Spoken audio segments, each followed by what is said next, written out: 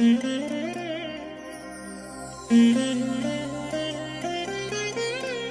దినం పరము నుండి దిగివచ్చు మాట, ఇది నీ జీవితానికి వెలుగుల బాట, నీ ఒడిలో ఉంచబడిన దీవెనల మూట, అద్భుతాల ఆనంద ఊట.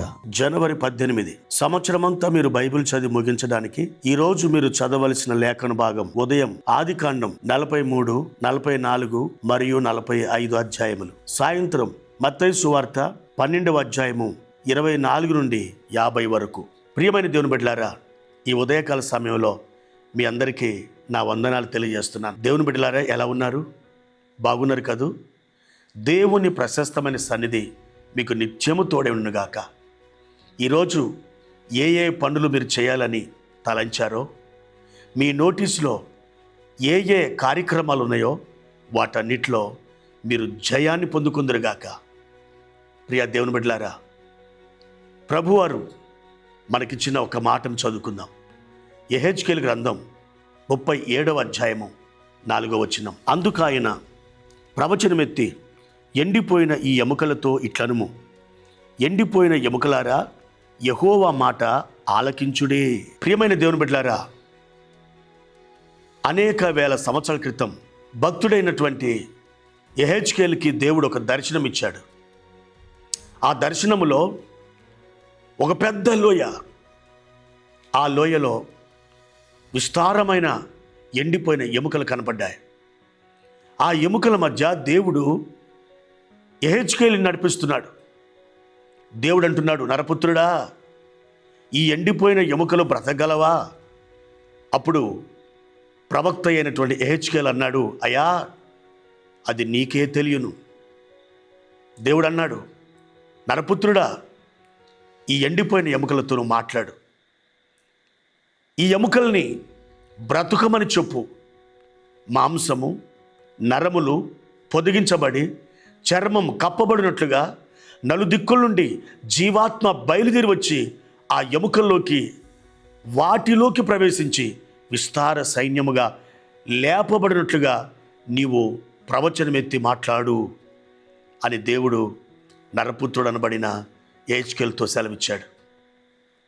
అప్పుడు యెహెజ్కేలు ఏం చేశాడు? దేవుని మాట ప్రకారం అతడు ప్రవచించటం మొదలుపెట్టాడు. దేనితో? ఎండిపోయిన ఎముకలతో. ఎండిపోయిన ఎముకలతో యెహెజ్కేలు మాట్లాడుతున్నాడు. ఏం జరిగింది? దేవుడు చెప్పినట్లు ఆ ఎండిపోయిన ఎముకల మీదకి మాంసం వచ్చింది, నరములు పొదిగించబడ్డాయి, వాటి మీద చర్మం కప్పబడ్డది, నలుదిక్కుల నుండి జీవాత్మ వచ్చినట్లుగా ఆ ఎముకలలోకి అద్భుతమైనటువంటి ఒక జీవం ప్రవహించింది. అప్పుడు ఆ ఎండిపోయిన ఎముకలు విస్తారమైన సైన్యముగా లేచి నిలబడ్డాయి. ప్రియ దేవుని బిడ్డలారా, ఒకరోజు యేసు ప్రభు కూడా ఒక అంజూరపు చెట్టుతో మాట్లాడాడు. ఆయన అంజూరపు చెట్టు దగ్గరికి ఆకలితో వెళ్ళాడు. కానీ ఆ అంజూరపు చెట్టు మీద ఒక్క ఫలమైనా లేదు. అప్పుడు ఆయన అన్నాడు, నీ ఫలములిక ఎవరును తినకుందురుగాక. ఏం జరిగిందో తెలుసా? అప్పటికప్పుడే ఆ చెట్టు వ్రేళ్ళు మొదలుకొని చివరి కొమ్మల వరకు ఎండిపోయింది. పేతురు మిగిలిన శిష్యులు చూశారు, ప్రభువా, ఇదిగో నువ్వు శపించిన చెట్టు, ఈ అంజూరపు చెట్టు ఎండిపోయింది. దేవుని బిడ్డలారా, దేవుడు తన వాక్కుని, తన మాటల్ని మీ నోటిలో ఉంచాడు. ఆయన జీవం మీలో ఉంది. మీరు నిజంగా రక్షణ పొందిన వారైతే ఆయన జీవాన్ని మీరు కలిగి ఉన్నారు. దేవుడు అంటున్నాడు, నా బిడ్డలారా, మీరు ప్రవచనమెత్తి మాట్లాడండి. దేనితో? ఎండిపోయిన ఎముకలు. ఎండిపోయిన ఎముకలంటే నీ జీవితంలో ఎండిపోయిన పరిస్థితులు. ఏ పరిస్థితులైతే నీ జీవితంలో ఎండిపోయినాయో, ఏ ఏరియాలో జీవము లేదో, నా బిడ్డ, నువ్వు ప్రవచనమెత్తి పలుకు. ఎండిపోయిన పరిస్థితులతో నువ్వు మాట్లాడు. ఈ కొండను ఇక్కడ నుండి ఆ సముద్రంలోకి వెళ్ళుము అని చెప్పి మీరు ఆజ్ఞాపిస్తే ఆ కొండ వెళుతుంది అని చెప్పాడు ప్రభువారు.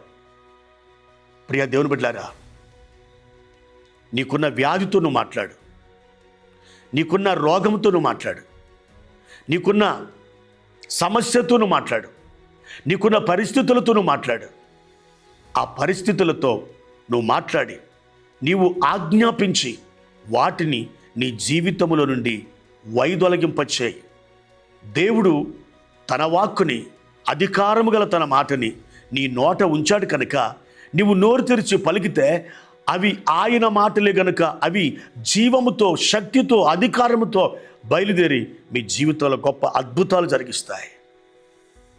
నా ప్రియమైన సహోదరి, సహోదరుడా, ఈ ఉదయకాలం నీ పరిస్థితులతో నువ్వు ఆజ్ఞాపించు. నిన్ను ఏ పరిస్థితులు వేదనామయముగా మార్చాయో, ఏ వ్యక్తులు, ఏ శక్తులు మీ జీవితంలో అలజడిని రేకెత్తిస్తున్నారో నీవు మాట్లాడు. సమాధానపు ఆత్మ దిగిరమ్మని ఆజ్ఞాపించు. దేవుని యొక్క మహిమ నీ చుట్టూ కమ్ముకునేటట్లుగా నువ్వు నోరు తెరిచి మాట్లాడు. తప్పకుండా దేవుని యొక్క కార్యం నీ జీవితంలో జరుగుతుంది. నీ ఎండిపోయిన పరిస్థితులు సజీవమై నీరు కట్టిన తోట వలె మారిపోయి విస్తారమైనటువంటి ఫలములు ఇచ్చిన వృక్షము వలె మారిపోతాయి. అట్టి కృపను నీకు ఇవ్వాలని దేవుడు ఆశిస్తున్నాడు. లెమ్ము, తేజరిలుము, నీకు వెలుగు వచ్చి ఉన్నది. ప్రార్థన. పరిశుద్ధుడైన తండ్రి, ప్రేమ కలిగిన దేవా, మీ ఉన్నతమైన నామానికి వందనాలు. మా ప్రియుడా, మా జీవితంలో ఏ పరిస్థితులైతే ఎండిపోయి ఉన్నాయో మా నాయన, ఆ పరిస్థితులతో మేము ఆజ్ఞాపిస్తున్నాం. యేసుక్రీస్తు నామములో ఎండిపోయిన పరిస్థితులారా మీరు తొలగిపోండి. ఆ స్థానములో జీవము దిగి వచ్చునుగాక. యేసుక్రీస్తు నామములో జీవం కలుగునుగాక అని ఆజ్ఞాపిస్తున్నాం.